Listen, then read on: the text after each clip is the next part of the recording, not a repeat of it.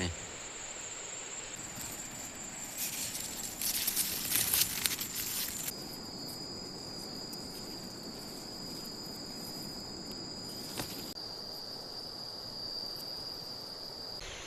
โอ้มานแล้วพี่น้องตัวหนึ่งแล้วมันถึกนี่นี่เห็นบ่ทักทายสบายดีเบิร์ดหมู่สุขคนเนาะยินดีต้อนรับสู่2บ่าวนอดเป็นป่าเนาะสำหรับมื้อนี้บ่าวนอดก็ได้ลงพยายามมันให้เนาะก็สิมาใส่กับดักหนูพี่น้องว่าหนูมันมากินอันต้นข้าวลายเนาะแม่บอกเขามาใส่กับมื้อนี้แล้วค่อยก็มาให้เนาะไม่ได้เข้าป่าเพราะว่าเมื่อวานนี้ค่อยก็ได้ขึ้นพยายามแห้วแต่ว่าบ่มาเนาะพี่น้องอันนี้ค่อยก็ลงให้เนาะไปใส่กับจะเป็นเอาได้นะพี่น้องติดตามเบิ่งกันเลยพี่น้องไปกันเลยแต่สำหรับตอนนี้ค่อยก็ได้มาหอถ่ายแล้วพี่น้องว่าจากบ้านค่อยบ่ได้ถ่ายเนาะมาถ่ายมาหอถ่ายเลยอันนี้คือไฮของพวกค่อยเลยพี่น้องนี่จะมีต้นสาลีเนาะต้นข้าวเขาจะไปเบิ้งเนาะแถวไฮอันนี้จะเป็นทางขึ้นไฮเลยพี่น้องเลย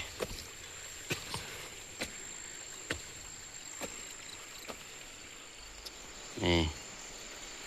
ก็จะไปใส่กับทางเทิงงั้นพี่น้องถึงไฮตัวนี้เนาะแล้วก็กลางไฮเลยว่าหนูกินต้นข้าวลาย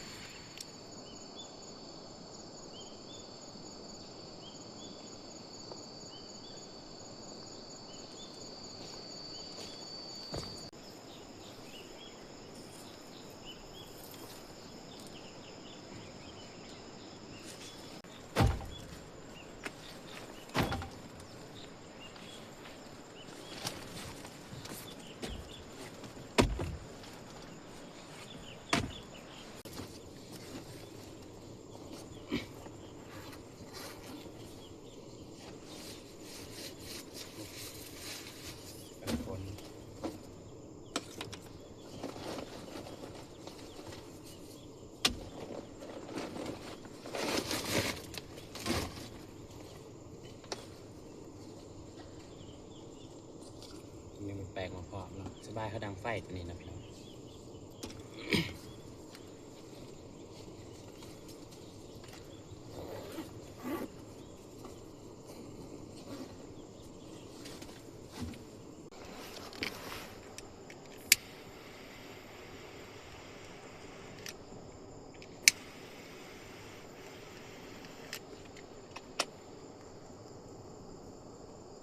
อันนี้คือไม่แปลกเนาะพี่น้องติดง่ายเนาะดังไฟนี่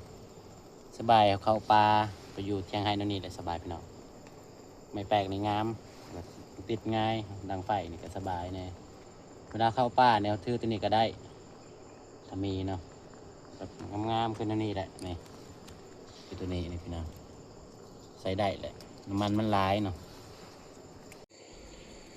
นี่เห็นบ่พี่น้องนี่ลุกง่ายเนาะดังไฟนี่ว่ามันลายเนาะดังไฟก็ติดง่ายไม่แปลกตัวนี้นะสบายมันเคยดังไฟเสร็จเรียบร้อยแล้วเขาก็สีเดินต่อเนาะไปใส่กลับเลยพี่น้องเนาะอย่ามันคำก่อนจังหน่อยนี่ตอนนี้กับเวลา1 โมงเลยพี่น้องจะใส่ประมาณฮอต3-4 โมงครับเมื่อพักผ่อนอยู่นี่จังหน่อยกันย่างเมื่อเพราะมันใกล้เนาะแต่ให้คอยนี่ฮอตบาทประมาณกับกิโลปลายเนาะพี่น้องเอายางแห้งไก่เนาะทีนี้ก็จะมีอยู่ทางถนนแต่ว่ารถเอาไปบ่ได้แล้วพี่น้องฝ่าฝนตกหลายมือเดี๋ยวนี้ดินเจือนหลายทมทางรถไปบ่ได้นะพี่น้องคอยจะจางเมื่อตอนแรงจะน้อยเนาะ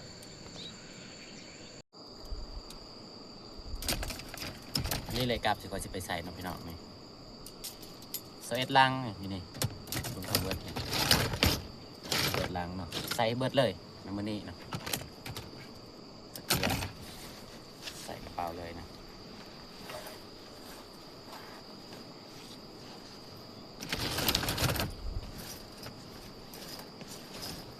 ใส่ตามแคมให้อะไรพี่น้อง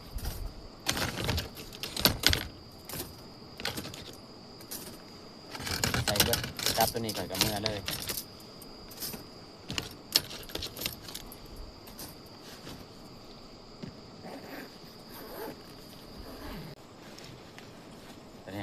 เลยนะพี่น้อง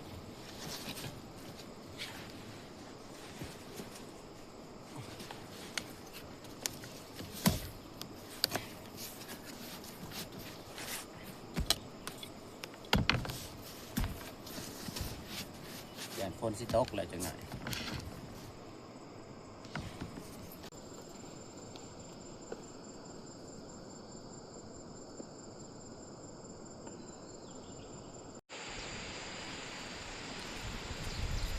ตอนนี้เขาก็จะไปใส่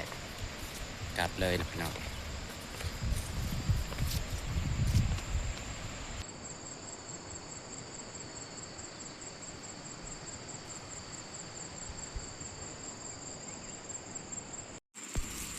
เบิ่งหันมันกิน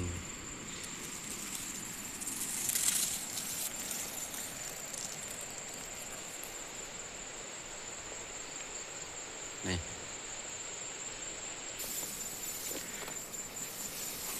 ตัวนี้แห้งแล้วมันกินจนเบิดเลย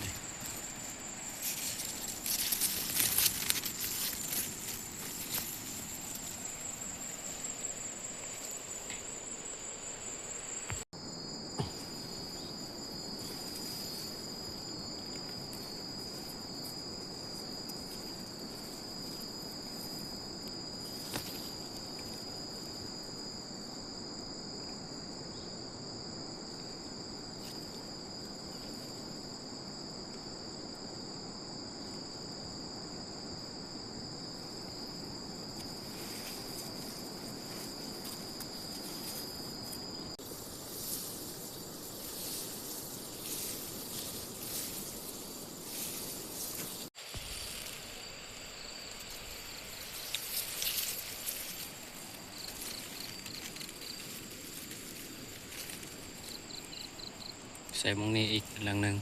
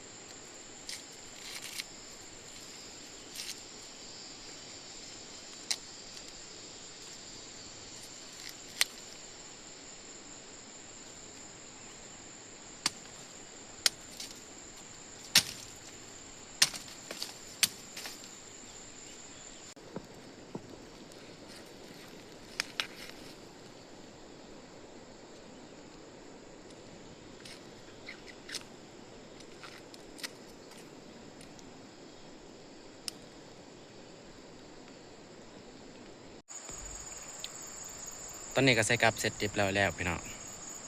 ว่าจะกลับเลยนะทาก็ได้กัดคอก่อนโอ้นี่เลือดไหลเลยพี่น้องบ่ยินเนาะถากมันขึ้นมาบ่เห็นหากเขารู้สึกคันนี่แล้วเลยมันกัดเนาะตายแล้วพี่น้องเอ้ยอันนี้แหละคือเหยื่อสลีเนาะข้าวโพด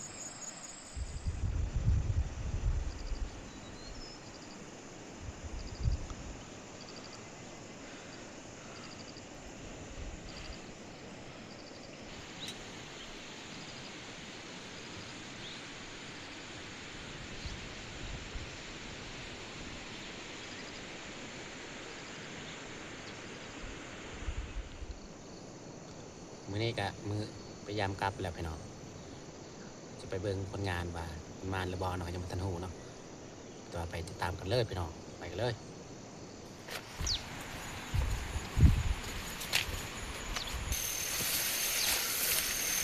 เขาไปกลางไฮเลยนะ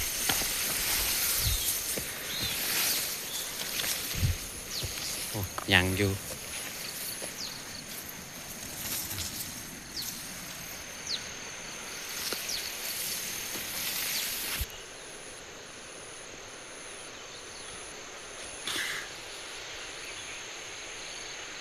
เทิงฮะ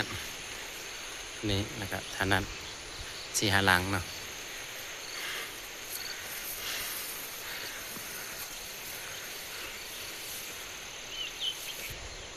โอ้มานแล้วพี่น้องตัวหนึ่งแล้วมันถึกนี่โอ้นี่ว้าวนี่พี่น้องได้แล้วตัวหนึ่งแล้วพี่น้องเอ้ย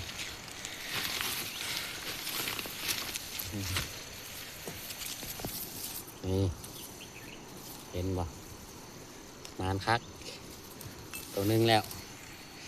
ลุ้นกันเบิ้งอีกพี่น้องนี่ ตัวหนึ่งแล้วน้องเลยตัวน้อยๆนี่มา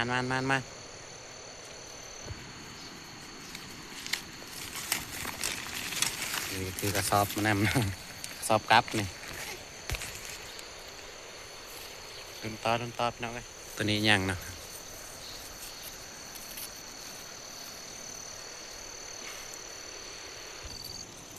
ตัวนี้เขาไม่ได้ใส่เมื่อวานนี้นะ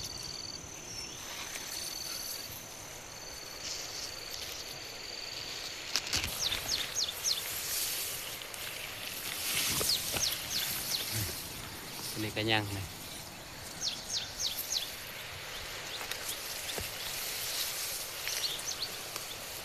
เอา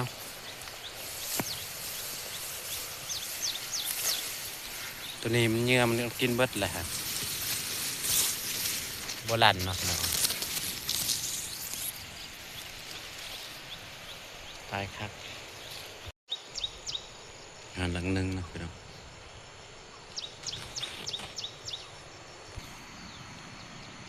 นี่หลังหนึ่งมันเอากินเบิดหันนี่มันโบราณเนาะสแมนนูหน่อย